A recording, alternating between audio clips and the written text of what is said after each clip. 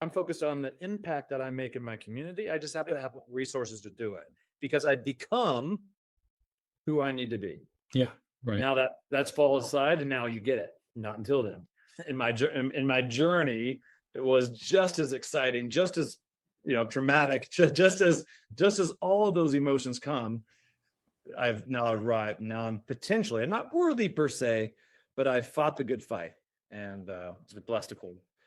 Okay, so hang on. So you using certain terms that made me think of like biblical things. Are you pulling those things out from biblical, like being good steward? That seems to be like a biblical concept and other things. Yeah.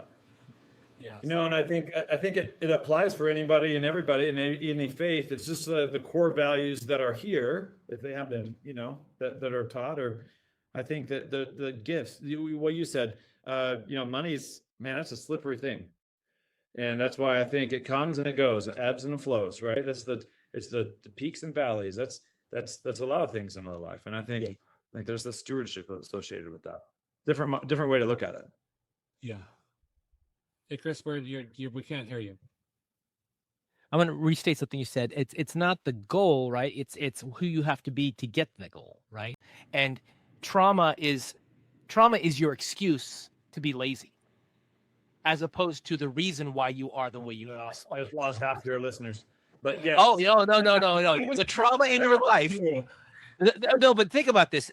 That is so empowering.